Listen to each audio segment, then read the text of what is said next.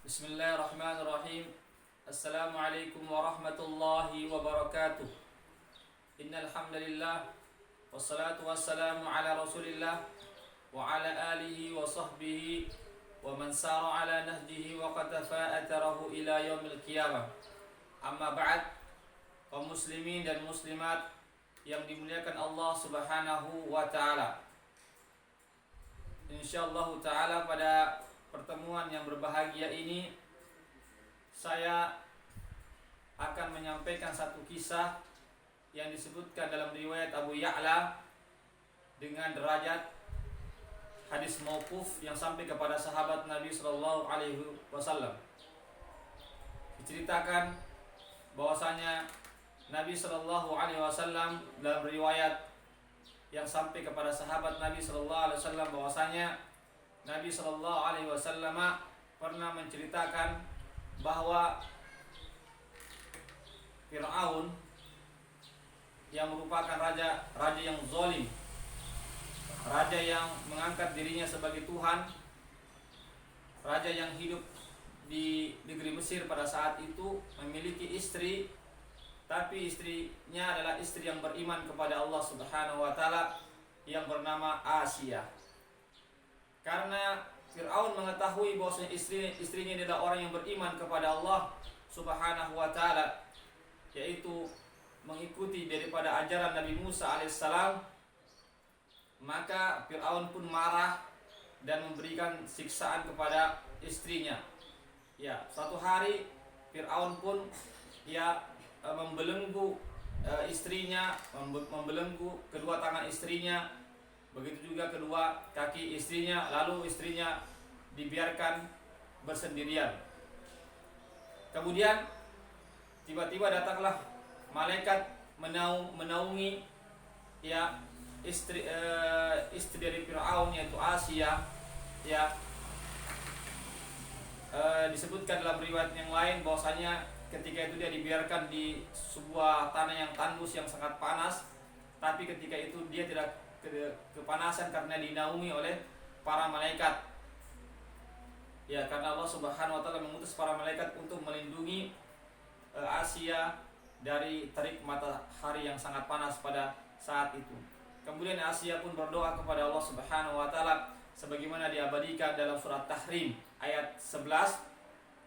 Wa daraballahu masalan lilladzina amanu imra'ata fir'aun id qalat rabbi ibn li 'indaka baitan fil jannati wa najjini min fir'auna wa 'amalihi wa najjini minal qaumidh dhalimin.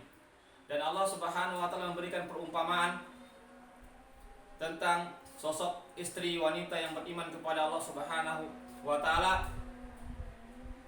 yaitu istri Fir'aun yang bernama Asia. Yaitu ketika dia berdoa kepada Allah Subhanahu wa taala, Rabbi bnili 'indaka baitan fil jannah, wahai Rabbku, wahai Tuhanku, bangunkanlah aku sebuah rumah di surga di sisimu, sebuah rumah di sisimu di dalam surga. Wa najjini min fir'auna wa 'amalihi, dan jauhkanlah aku dari Fir'aun dan perbuatannya yang zalim, yang kufur.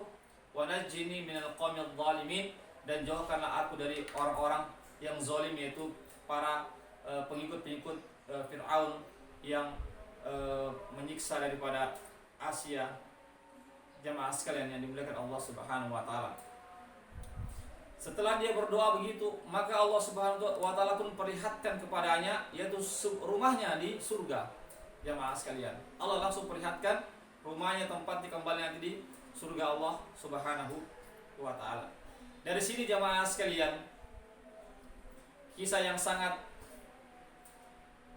sangat pendek ini yang Allah Subhanahu wa taala abadikan di dalam Al-Qur'an doanya. Dia meminta agar dibangunkan sebuah rumah di surganya, dan Allah Subhanahu wa taala telah mengistijabah doanya, mengabulkan doanya. Karena apa?